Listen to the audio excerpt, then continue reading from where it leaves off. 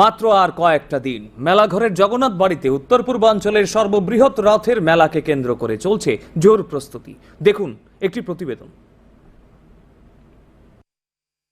আগামী রবিবার রথযাত্রা উৎসব। রথে চড়ে নিজ বাড়ি থেকে মাসির বাড়িতে যাবেন মেলাঘরের ঐতিহ্যবাহী জগন্নাথ মন্দিরের প্রভু জগন্নাথ সহ ৩ ভাই বোন। সেখানে ঐতিহ্য মেনে তৈরি হচ্ছে ৫৮ ফুট উচ্চতার রথ।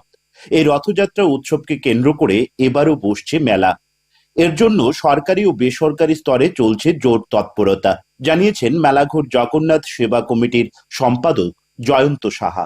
আমাদের যে জগন্নাথ মন্দিরের যেই রথযাত্রাকে কেন্দ্র করে আমাদের জগন্নাথ সেবা কমিটির মিটিং হয়ে গেছে, প্রশাসনিক লেভেলেও মিটিং হয়ে গেছে। তো আমাদের বিভিন্ন ডিপার্টমেন্ট বিভিন্নভাবে কাজ করছে যাতে ভক্তদের সুযোগ সুবিধা সঠিকভাবে পেতে পারে।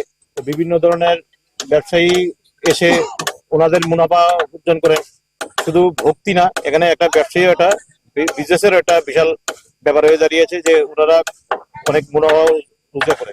দেশভাগের বহু আগে চাকলা রোশনাবাদ থেকে আনা জগন্নাথ বলরাম সুভদ্রার বিগ্রহ স্থাপন করে তৈরি হয় মেলাঘরের জগন্নাথ দেবের মন্দির। সেই থেকে হয়ে আসছে রথের মেলা। যথারীতি ৯ দিনের মেলার আনুষ্ঠানিক সূচনা হবে রথযাত্রার আগের দিন, জানালেন জগন্নাথ সেবা কমিটির সদস্য প্রদ্যোৎ সেন।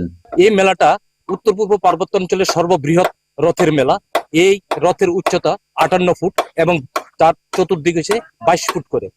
এই মেলাকে উপলক্ষ করে পাহাড়ি বাঙালি সমস্ত অংশের পার্শ্ববর্তী দেশ, সেই দেশ থেকে লোক আসে, বাংলাদেশ থেকে লোক আসে। এখানে একটা বিশাল সমাগম হয়। এই মেলাকে কেন্দ্র করে আমরা শনিবার দিন উদ্বোধন হতে যাচ্ছে এই মেলার। এই শনিবার থেকে আগামী রবিবার পর্যন্ত রথ শুরু হবে, শেষ হবে। তাকে কেন্দ্র করে এখানে সাংস্কৃতিক অনুষ্ঠান চলবে। এই সাংস্কৃতিক অনুষ্ঠান ৯ দিন ব্যাপী চলবে এই মেলা প্রাঙ্গণে।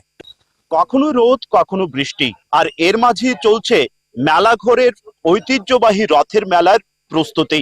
উদ্যোক্তাদের অভিমত যে প্রত্যেক বছরের ন্যায় এবছরও লাখো পুণ্যার্থীর সমাগম ঘটবে উত্তর পূর্বাঞ্চলের সর্ববৃহৎ এই রথের মেলা ও রথযাত্রা উৎসবে। মেলাঘর থেকে আমি অভিজিৎ বর্ধন, দূরদর্শন সংবাদ, আগরতলা।